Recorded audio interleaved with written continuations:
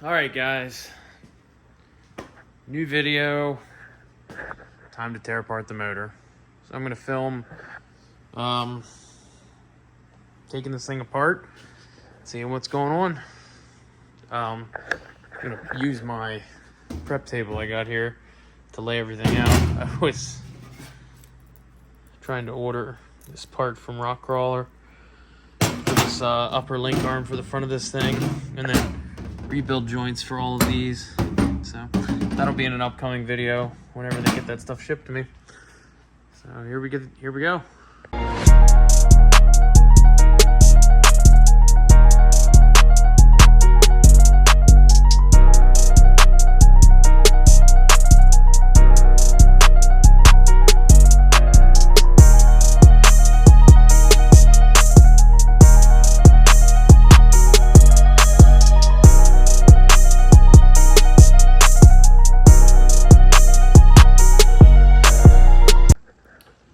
Alright, so we got the motor stripped down.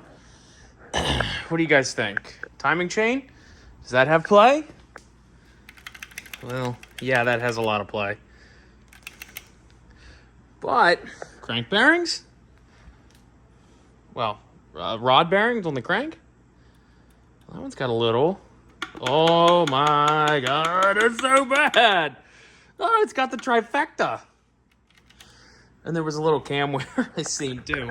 So I think we're looking new cam, all the crank bearings, all the rod bearings. And we'll pull the pistons out and see how they look. I mean, we're pretty much looking at a full on rebuild, but it didn't eat any rods out through the block at Mock Jesus yet. So I think we're still doing good on that. Hopefully we don't have the other end of the rod worn at the piston, but we'll see what all we're dealing with.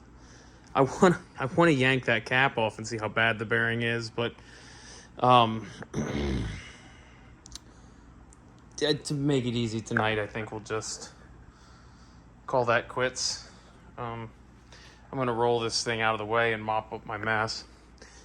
I didn't see any bits and pieces though in the oil pan, and it's really not that sludged up of a motor. So he must have kept up with the oil changes. I just think these JK 3.8s are just not up to the snuff or something.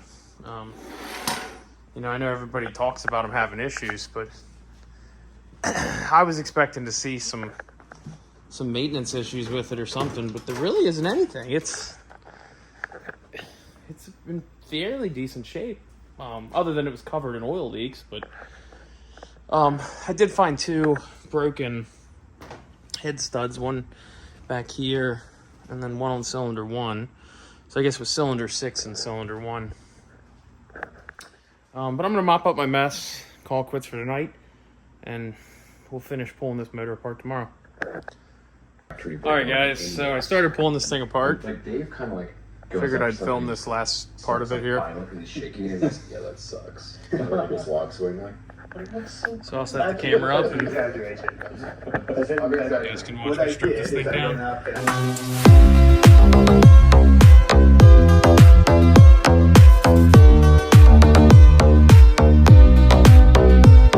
would venture to guess that they have a very specific use case. So they're generally designed for military vehicles with a specific tire. do a load rating for sure. Yeah, so I know the wheels they look. But if you think about an aftermarket company, bad. they don't know if you're putting a 235, 75, 17 on or a 41. Yeah. And so generally, down here. the wheel companies will just go.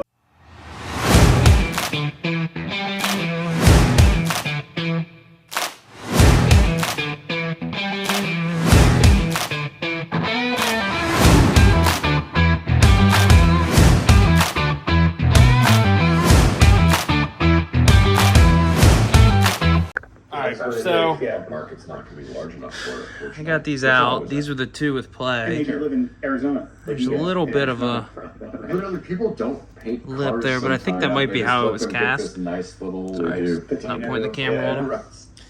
Failure-wise, I mean, both bearings are If you buy an AT4X fairly well AEV, you're getting these smoked. bitchin' bumpers that are going to last 15 years on the truck. They're You're going to getting last. the coatings, you're getting these airbag These aren't any better. testing and crash, The not just airbags, wrist but pin in crash this one's testing. pretty.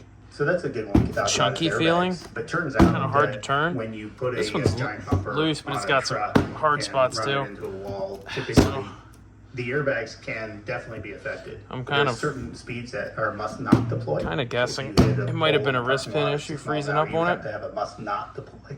But we'll But if see. you just put an aftermarket bumper on So it, I guess we'll tie those frame rails together really tight, then you do a bunch of different Probably things. pick up a set of You will connecting have a rods deployment. You can have a premature to rebuild this deployment, thing. which is almost more dangerous.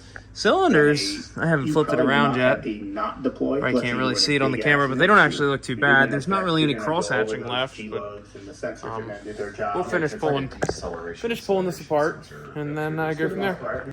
So still coming apart. Got the crank out now. It's down there on the ground. These crank bearings don't look great, but they don't look terrible.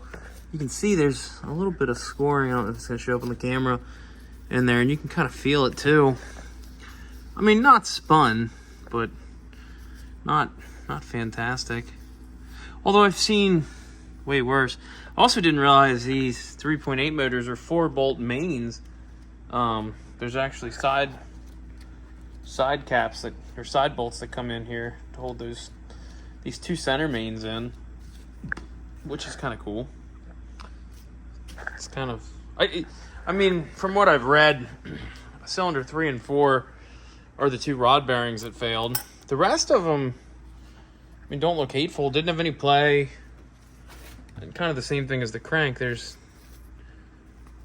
a little scoring, maybe a lateral movement on the piston. I don't know.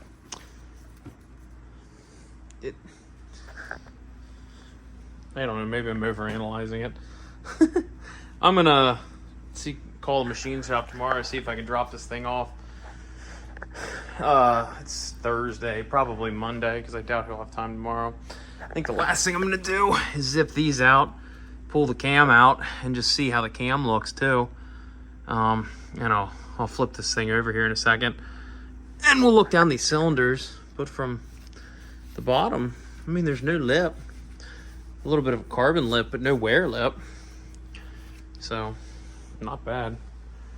It's honestly, I mean, the bearing's bad, but the rest of it really isn't as bad as I was expecting it to be. So, I'll show you. Like this, see, this cap has like a pretty good groove bore in it. So, I don't know. I got a couple buddies that think this guy ran it out of oil. But, I don't know. I kind of feel like if he ran it out of oil, it would look worse, but maybe not. I don't know. I haven't taken apart a whole bunch of motors that I don't know the maintenance history on, or that I wasn't just taking apart to rebuild because they were running fine. So, I guess the next thing is pull this cam out. All right, so the cam's out. I will tell you one thing. Mopar is consistent. I rebuilt a Hemi about 2 years ago for cam wear, and look at that. That is cam wear. And it's on 1, 2, 3 lobes, 4 lobes. Starting on that one. Yeah, it's just beautiful. Look at that. So, that's gonna be a lifter issue. I don't know if this motor has MDS. I don't think. Well, no, actually, it can't because it doesn't have the controllers. So, Dodge just makes terrible lifters, or Motorsports makes terrible lifters. So as far as the cylinder bores, I mean, actually I didn't think there was any cross hatching, but I don't know if the camera will grab a flashlight. All right, picking it up on the camera. Let's see here. There's cross hatching. I mean, the block is not worn. And I'm looking at needing a cam, a set of rods. Crank I think is fine, but I'll let the guy look at that. And then a full rebuild kit. So I'll drop it off to him, I guess, and see what he thinks. But that probably, I mean, seems to be what I think we need, which is $800-900 in parts, $500-600 in machining. So that's, let's say 6 and 8 is $14,000 or $1,400, $1,500 maybe. Rebuild this whole thing, put it back together. I mean, I can go buy a junkyard motor for $600 and not know anything about it, and then drop it in this thing, and it might run 100 miles, or it could run 100,000, and then you don't know anything about it. So I guess that's where I'm at, is maybe I'll roll the dice on this thing and see where I end up. I did get a hold of Rock Krawler, just to end this video, on this. So they're gonna sell me all of the parts to rebuild these joints, so I'll do a video on that while I'm waiting on the motor. And then they sold me this smashed up end bracket, so I can get this lift on that, which does have a lift, but I'm pretty sure it's like a rough country or something terrible. So I can get this lift on that thing while I'm waiting on this motor to come back, get the motor done, and then fingers crossed that trans isn't food barred, because the fluid coming out of it looks like motor oil, really old, terrible motor oil. So it would just be super fitting to spend a bunch of money to rebuild this motor, put this thing in, and then have it, the trans be wiped.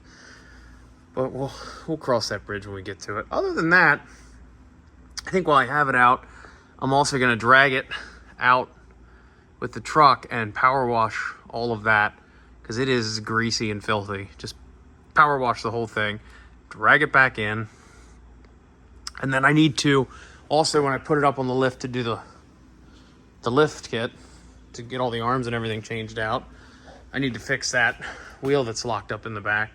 So yeah, that's where we're at. So I guess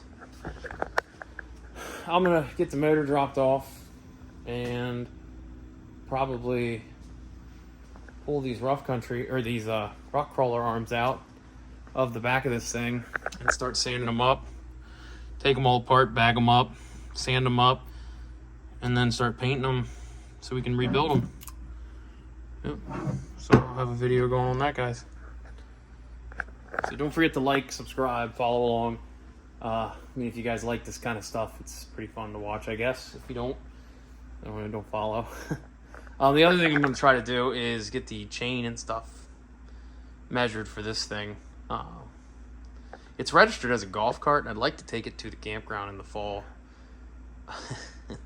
and run it around. It'd be fun. So we'll see what we can do with that. So like, subscribe, follow along, follow us on YouTube, Facebook, whatever else. Thanks, guys.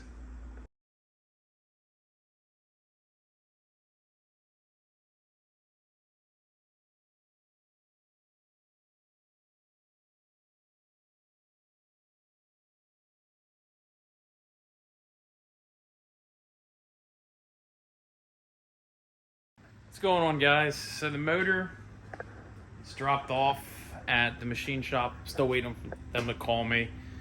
Probably check in with them next week if I don't hear anything. So I'm gonna get the shop cleaned up. He did say he wanted the heads to check them over too, which is fine. So I'm gonna strip some of this down. I'll package all this up real nice for him then.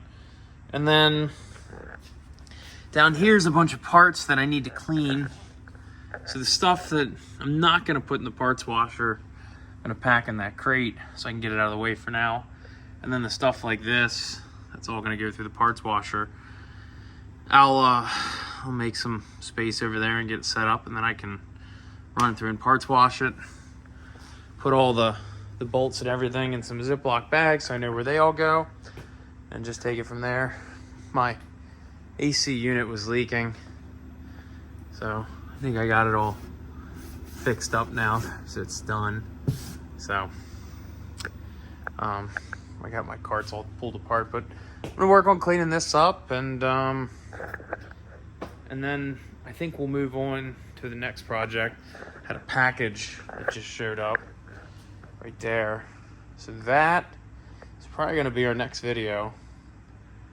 So unboxing that, and then working on rebuilding these arms. Got a whole kit's worth here. All right, thanks guys. Subscribe, like the video.